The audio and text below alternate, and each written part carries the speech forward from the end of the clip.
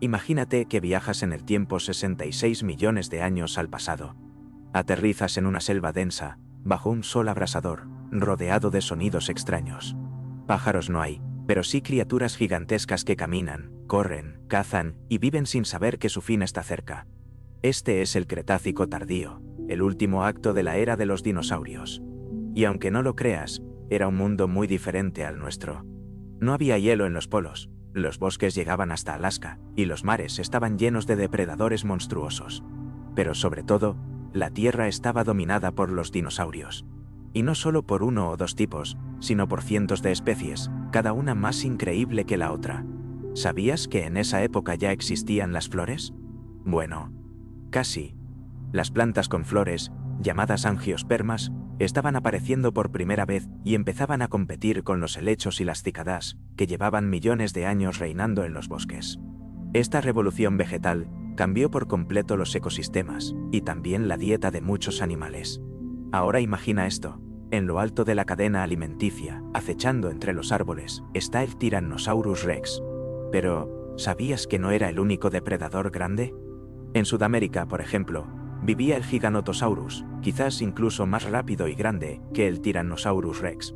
Y en África, el Carcharodontosaurus, con dientes como cuchillos de cocina. Pero no todos eran carnívoros. Muchos dinosaurios eran herbívoros, y algunos eran tan grandes que comían tanto como un camión cargado de hojas al día. Uno de ellos, el Alamosaurus, podía medir más de 25 metros y pesar tanto como 70 personas juntas.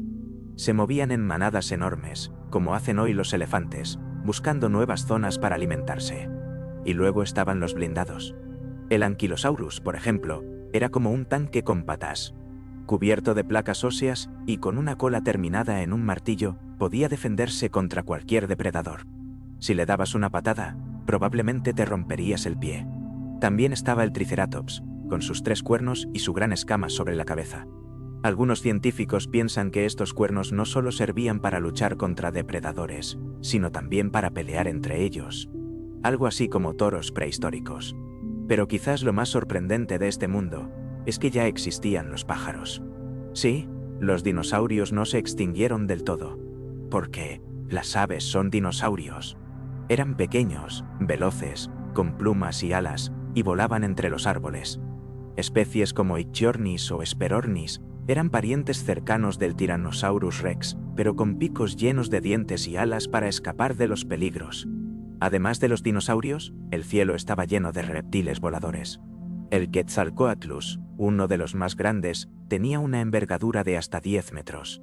Era tan grande como un avión pequeño, y se alimentaba de peces o carroña. Y en los mares, los reyes eran los mosasaurios, enormes lagartos marinos que podían medir más de 15 metros. Con dientes afilados y cuerpos diseñados para la velocidad, cazaban tiburones, pulpos y hasta otros reptiles marinos. Este era el planeta Tierra hace 66 millones de años. Un lugar lleno de vida, color y caos. Donde cada animal tenía su lugar en la cadena, donde la supervivencia era constante. Y donde nadie sabía que, muy pronto, iba a llegar el mayor desastre de la historia. Mientras los dinosaurios caminaban por los bosques, mientras las aves revoloteaban sobre los lagos y los mosasaurios cazaban bajo el mar, algo enorme venía del espacio. Algo tan grande, tan rápido y tan poderoso, que cambiaría para siempre la historia de la vida en la Tierra. Imagínate un objeto del tamaño de una montaña, viajando a más de 70 km por hora, invisible al ojo humano, hasta que se hace presente como un punto brillante en el cielo. Un fuego cruzando el horizonte, más brillante que el sol. Y luego, el caos. Este intruso no era un cometa ni un satélite. Era un asteroide. Uno gigantesco, de al menos 10 kilómetros de diámetro. Para que te hagas una idea, es como si cayera encima de nosotros una montaña del tamaño del monte Everest.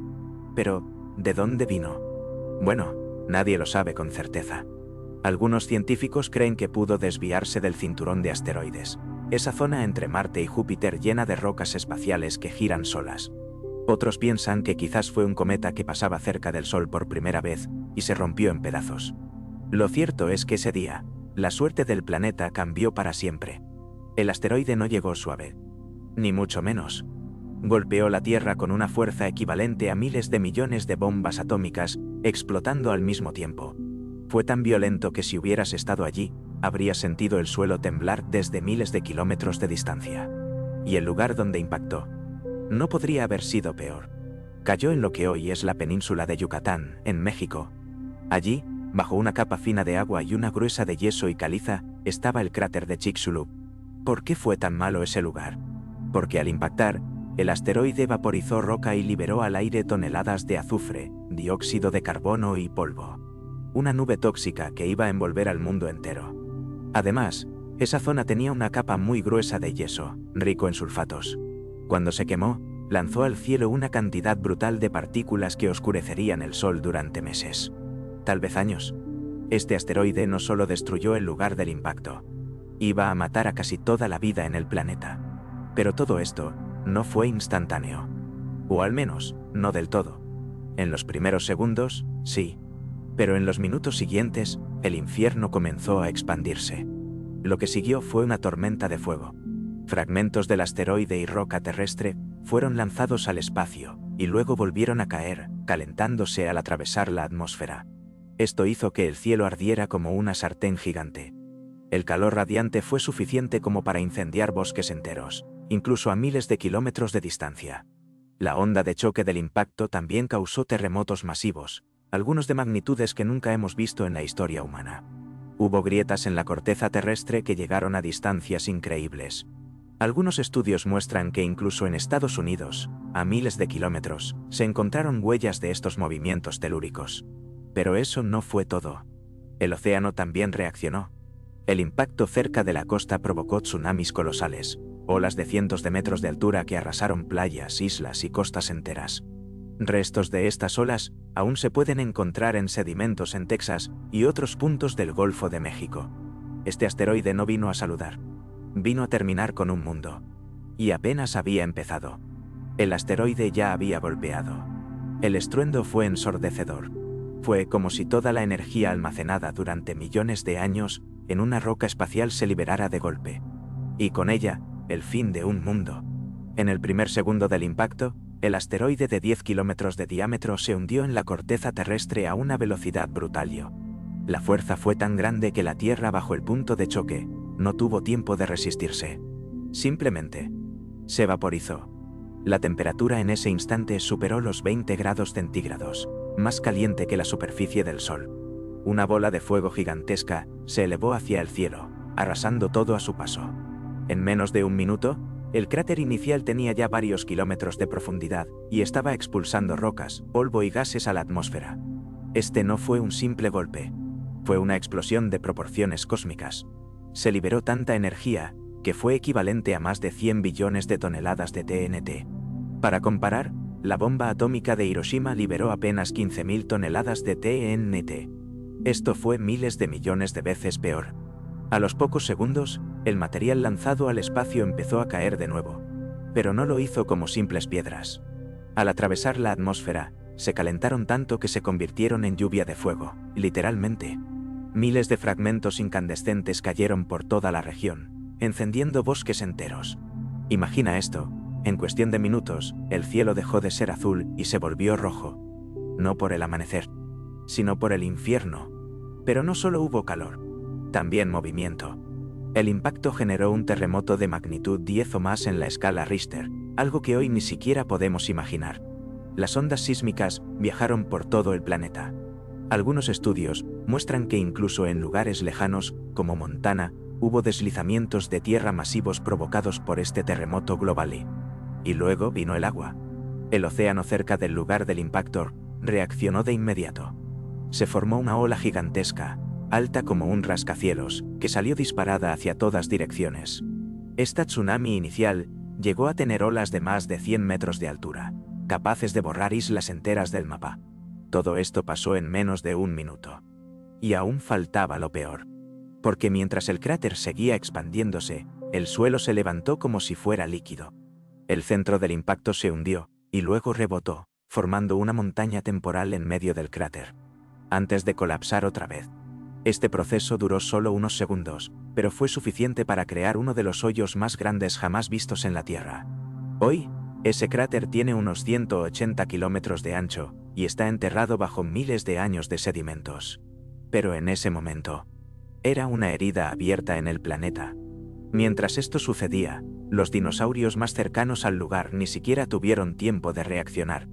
El calor, la onda expansiva y la lluvia de fuego los mató al instante.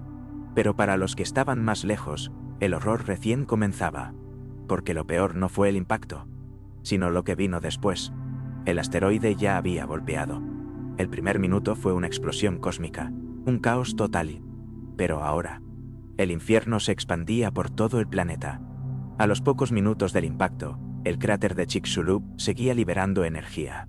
El suelo ardía, el cielo brillaba rojizo y miles de fragmentos incandescentes caían como estrellas fugaces, pero en lugar de desear un deseo, estos trozos de roca espacial prendían fuego a todo lo que tocaban. En cuestión de horas, más del 70% de los bosques cercanos se habían convertido en llamas. Las coníferas, los helechos, las nuevas plantas con flores, todo ardió. Era como si el planeta entero estuviera gritando de dolor. Pero no solo hubo fuego, también movimiento. El terremoto causado por el impacto siguió haciendo estragos.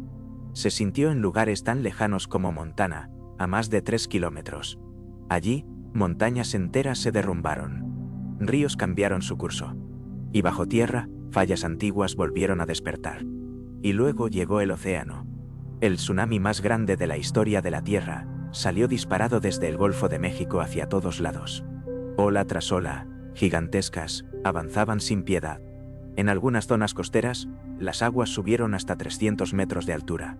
Para que te hagas una idea, eso es como si un edificio de 100 pisos viniera corriendo hacia ti.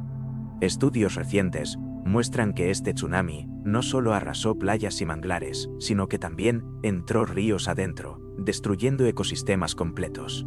Restos de este evento aún se pueden ver hoy en sedimentos marinos en Texas, Alabama, e incluso en partes de Sudamérica y el norte de África. Pero esto no era todo. El aire mismo empezaba a cambiar.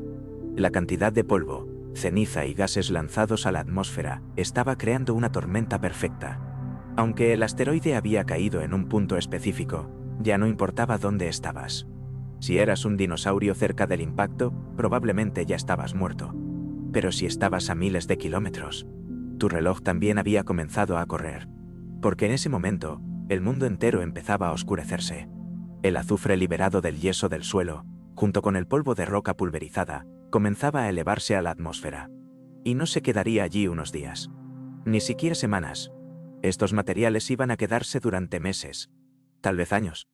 Esta capa de partículas bloquearía la luz solar, enfriaría el planeta y destruiría la fotosíntesis. Sin luz del sol, las plantas morirían. Sin plantas, los herbívoros morirían. Y sin herbívoros, los depredadores tampoco sobrevivirían. Pero antes de que eso ocurriera, aún quedaba algo de tiempo.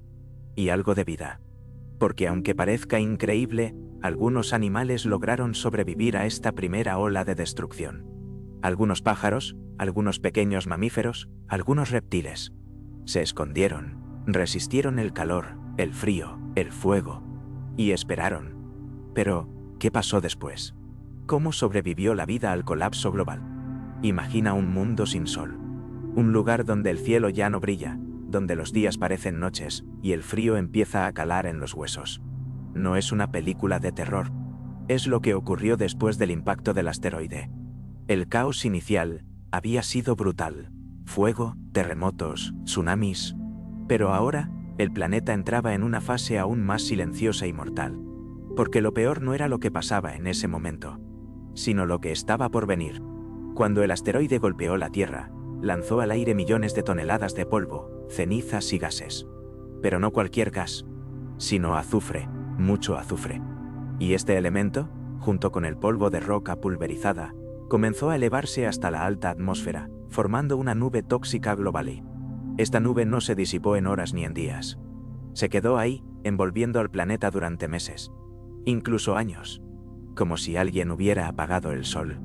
La luz solar empezó a desaparecer. En cuestión de semanas, gran parte del planeta quedó bajo una especie de niebla espesa y oscura. Era como si el cielo estuviera herido, incapaz de brillar otra vez. Este fenómeno se conoce como invierno climático post-impacto. Algunos científicos lo comparan con un invierno nuclear, como si miles de bombas atómicas hubieran explotado al mismo tiempo. Solo que esta vez no hubo detonaciones, sino oscuridad. Y con esa oscuridad llegó el colapso total de los ecosistemas. Sin luz solar, las plantas empezaron a morir. Primero, las que necesitaban más luz, luego las demás. Las selvas tropicales se secaron. Los bosques perdieron sus hojas. Los helechos, que resisten condiciones extremas, fueron de los pocos supervivientes. Y eso lo sabemos gracias al registro fósil de polen y esporas. Pero si las plantas morían, ¿qué pasaba con los herbívoros? Los grandes dinosaurios herbívoros, como los Triceratops o los Ankylosaurus, dependían de un suministro constante de vegetación. Sin comida, comenzaron a debilitarse. Muchos murieron de hambre. Otros, desesperados, intentaron comer cualquier cosa. Pero no fue suficiente. Y cuando los herbívoros murieron, los depredadores también lo hicieron. El Tyrannosaurus Rex, rey de los depredadores, perdió sus presas. Sin animales para cazar, incluso el más fuerte se vuelve vulnerable. Algunos pudieron sobrevivir unos días comiendo carroña, pero pronto ya no quedó nada. Fue un colapso en cadena. Una muerte lenta, silenciosa, pero inevitable. Mientras esto pasaba, la temperatura global bajó drásticamente. Algunos estudios estiman que el planeta se enfrió entre 10 y 15 grados Celsius en cuestión de semanas. Fue como si el mundo entero se congelara. No nevaba, pero hacía frío. Mucho frío. Y en medio de esa oscuridad y ese silencio, solo unos pocos animales lograron resistir. Algunos pequeños mamíferos, escondidos en madrigueras. Algunas aves, capaces de volar lejos de la muerte. Algunos reptiles, con metabolismo lento, aguantando con poco alimento. Estos serían los únicos testigos del fin de una era. ¿Qué pasó con ellos? ¿Cómo sobrevivieron mientras los gigantes desaparecían? Ya no había sol. Ya no había comida. Ya no había futuro para los gigantes. Lo que comenzó con un asteroide del tamaño de una montaña, terminó convirtiéndose en una catástrofe global. Silenciosa, pero absoluta. Y en ese mundo oscuro y frío, los dinosaurios no tenían ninguna posibilidad. Pensemos por un momento en lo que significa extinguirse. No es solo morir el último individuo. Es que todo un linaje, millones de años de evolución, desaparezca para siempre. Y eso fue exactamente lo que ocurrió con los dinosaurios no aviares. ¿Cómo se sintió este colapso? Bueno, no fue igual para todos. Algunos murieron rápido, otros sufrieron durante semanas o meses. Pero al final, todos desaparecieron. Los herbívoros grandes, como los Triceratops, Edmontosaurus o Ankylosaurus, fueron probablemente los primeros en verse afectados. Estaban acostumbrados a comer toneladas de plantas al día. Pero ahora no había hojas, no había flores, no había nada. Muchos de ellos vagaron sin rumbo fijo, buscando comida que ya no existía. Algunos científicos creen que en cuestión de semanas, estas especies empezaron a desaparecer. Sin vegetación, sin energía, el cuerpo simplemente dejaba de funcionar. Era como si el planeta hubiera cortado el suministro eléctrico a la vida. Y cuando los herbívoros murieron, vinieron las consecuencias para los depredadores. El Tyrannosaurus Rex, el rey del terror, también estaba condenado. Aunque podía comer carroña, no podía sobrevivir sin presas frescas. Imagínate a un depredador tan poderoso que dominó los bosques, muriendo de hambre porque ya no quedaba nada que cazar. Pero no todos los dinosaurios eran iguales. Algunos eran más pequeños, más ágiles, con menos necesidades. Por ejemplo, los dromeosaurios, esos parientes cercanos de las aves, quizás tuvieron más tiempo. Con su metabolismo rápido, podrían haber sobrevivido unos días más, pero incluso ellos no pudieron resistir mucho más. La clave de la extinción no fue solo el impacto en sí, ni el fuego o el tsunami, sino el colapso total de los ecosistemas. Una cadena alimenticia perfectamente equilibrada, rota para siempre. Y aquí es donde vemos la diferencia entre los que sobrevivieron y los que no. Porque aunque los dinosaurios no aviares desaparecieron, algunos animales sí lograron resistir. ¿Por qué? Muchos de los supervivientes compartían características similares. Eran pequeños, podían comer de todo, vivían bajo tierra o en el agua, y necesitaban poco alimento. Eran animales discretos, que nunca habían sido los reyes del planeta, pero que ahora tendrían su oportunidad. Entre ellos estaban los primeros mamíferos, criaturas del tamaño de ratones que hasta entonces habían vivido en la sombra de los dinosaurios. También algunos reptiles, como tortugas o cocodrilos, capaces de aguantar sin comer durante semanas. Y por supuesto, las aves.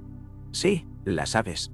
Esas pequeñas criaturas emplumadas que hoy vemos volar sobre nuestras cabezas son, en realidad, los únicos dinosaurios que sobrevivieron.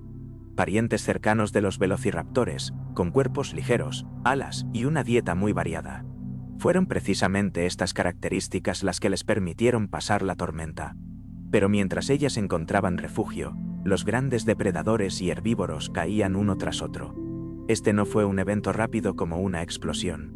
Fue una agonía planetaria. Un mundo que se apagaba poco a poco, sin prisa, sin piedad.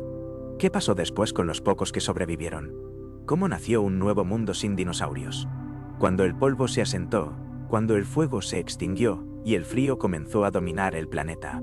Quedaba muy poco. Pero no todo estaba perdido. Porque entre los escombros de un mundo moribundo, una pequeña esperanza seguía viva. Las aves. Sí, lo que estás escuchando es real. Las aves no solo son animales modernos. Son descendientes directos de los dinosaurios. Y en ese momento, hace 66 millones de años, fueron los únicos dinosaurios que lograron sobrevivir al desastre más grande de la historia de la Tierra. Pero, ¿por qué ellas sí y los demás no? Bueno, resulta que no todas las aves eran iguales. En aquella época, hace tanto tiempo, había muchas especies de aves prehistóricas, pero la mayoría no sobrevivió. Solo un pequeño grupo logró pasar la tormenta. Y eso se debió a algo clave. Eran pequeñas, tenían alas, podían volar lejos del peligro y comían de casi todo. Imagina esto, mientras los grandes dinosaurios herbívoros morían de hambre porque no había plantas, estas aves podían alimentarse de semillas, insectos o incluso restos de animales muertos. Eran versátiles, resistentes y, sobre todo, no dependían tanto del clima o de un tipo específico de comida. Además, algunas de ellas ya tenían picos sin dientes, una ventaja evolutiva enorme. Sin tener que gastar energía en mantener dientes y mandíbulas pesadas, podían ser más ligeras y maniobrar mejor en el aire.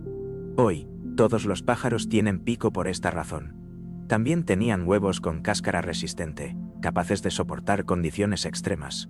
Esto les permitió reproducirse incluso en un mundo devastado, donde muchos otros animales no podían criar a sus crías. Pero quizás uno de los factores más importantes fue que podían volar. Mientras los dinosaurios terrestres estaban atrapados en tierra firme, bajo una lluvia de fuego y oscuridad, estas aves pudieron escapar hacia lugares menos afectados. Algunas investigaciones sugieren que las aves que sobrevivieron vivían cerca del suelo, en zonas costeras o bosques abiertos, donde aún quedaban semillas y refugios naturales. Es decir, no necesitaban selvas densas ni ecosistemas complejos para sobrevivir. Solo un poco de suerte y mucha adaptabilidad.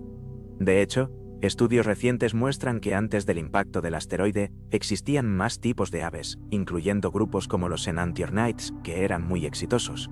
Pero no sobrevivieron. Solo un linaje, el que dio origen a las aves modernas, logró cruzar la frontera entre el Cretácico y el Paleógeno. Y así, en medio de la muerte y el caos, nació el primer antepasado de los pájaros que hoy cantan en tus ventanas. Estos supervivientes no eran tan coloridos ni llamativos como los pájaros actuales. Probablemente eran simples, marrones, con plumas suaves y alas funcionales. Pero tenían algo único, una oportunidad. Porque ahora, el mundo era suyo. Con los dinosaurios extintos, los mares llenos de cadáveres y los cielos vacíos. Las aves tuvieron espacio para expandirse, evolucionar y convertirse en las criaturas maravillosas que conocemos hoy. ¿Qué pasó después? ¿Cómo se recuperó el planeta tras la extinción?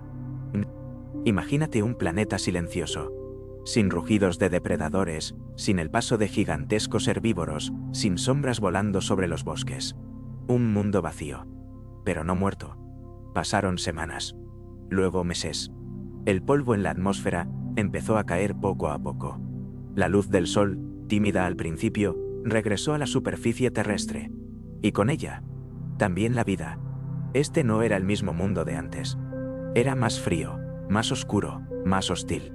Pero algo increíble estaba por comenzar, una nueva era, un nuevo comienzo. Los dinosaurios no aviares habían desaparecido. En su lugar, Un pequeño grupo de animales aprovechó la oportunidad que nadie esperaba: los mamíferos, las aves, los reptiles y sobre todo los insectos. Comenzó la gran recuperación. Las primeras en tomar el control fueron las aves.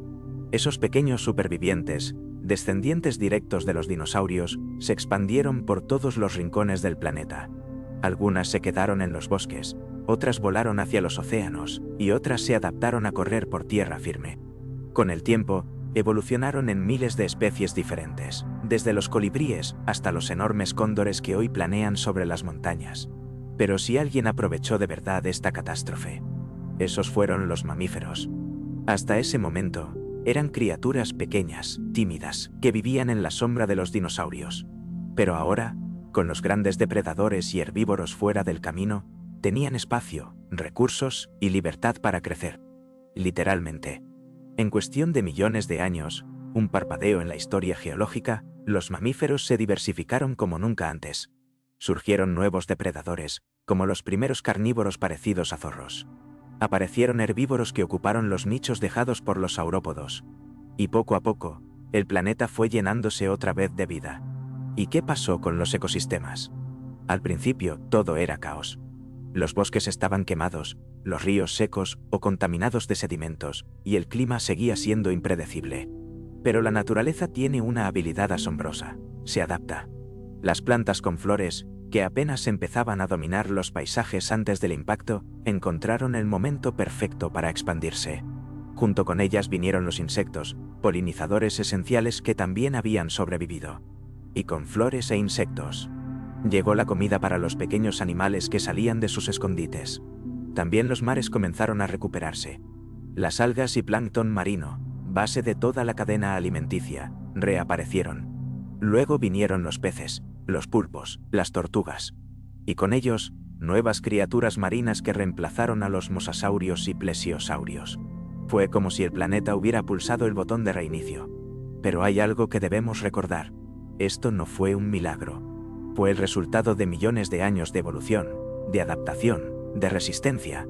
La vida no se rindió. Sobrevivió, cambió y siguió adelante. Y aunque los dinosaurios no están aquí físicamente, siguen entre nosotros. En cada pájaro que vuela sobre nuestras cabezas, en cada huella fósil bajo nuestros pies. Y en la historia que nos recuerda que nada es eterno. Pero la vida siempre encuentra un camino.